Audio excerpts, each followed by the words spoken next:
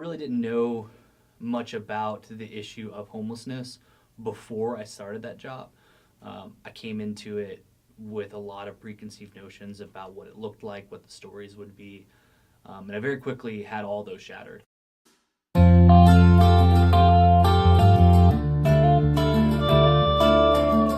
Yeah, I think the first step is admitting you have no idea what the hell they're going through. You know what I mean? And just keeping that in the forefront of my mind, just remembering that every single moment.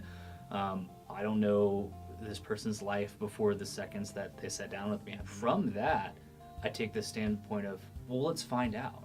You know what I mean? Let's find out what it means for you to be you from the standpoint of not knowing and approaching it from curiosity, but also non-judgmental. I think that's a big thing.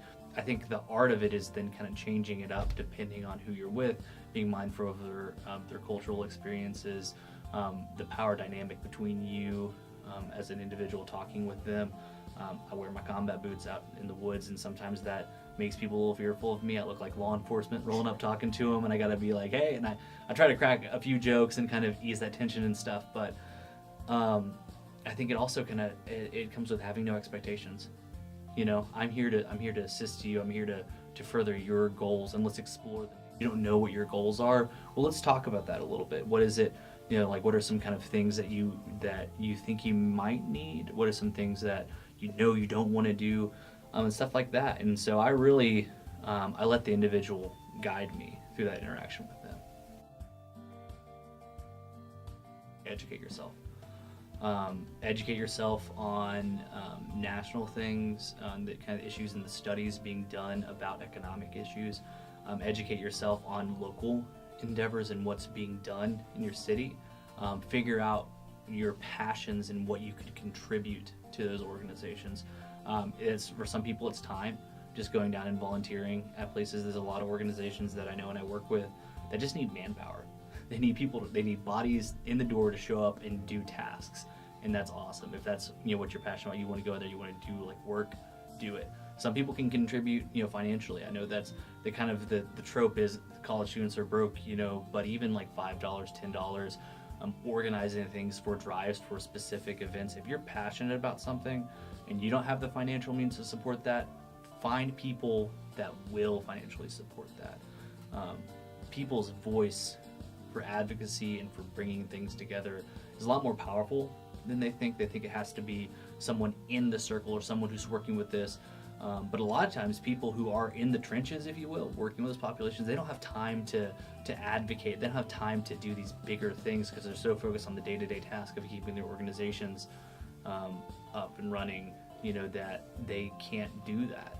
I can tell you so many places, every single nonprofit that I work with would love it if students came and knocked on the door and said, hey, we really want to do a fundraiser for your guys. We're trying to think, is there some projects or is there something that you guys need to do? And then I would say, if you feel like you're drawn to a career of working with a specific populations, do research and figure out what that education looks like. But really, I think that step one is just educating yourself about what that looks like. I think a lot of times when we talk about the homeless population, we kind of think of this subpopulation, if you will. And I'm not trying to, come down to you for using that term because it's a very commonly used term.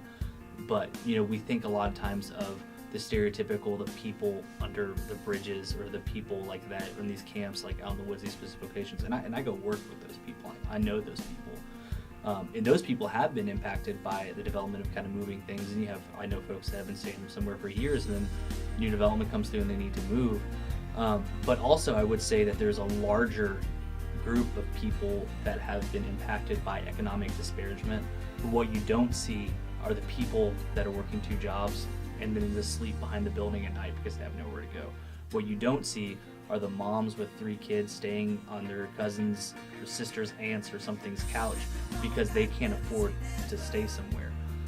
You don't see those people as much. I would say that that's a much larger number of people that have been impacted by the rising of rent and housing costs in the city, of gentrification of specific neighborhoods and people being moved out and not always having the means to relocate. but it's a silent majority of the homeless population.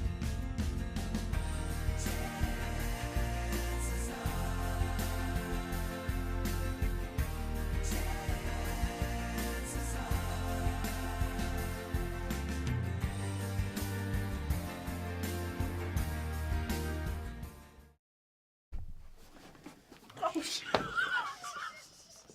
That was not the plan.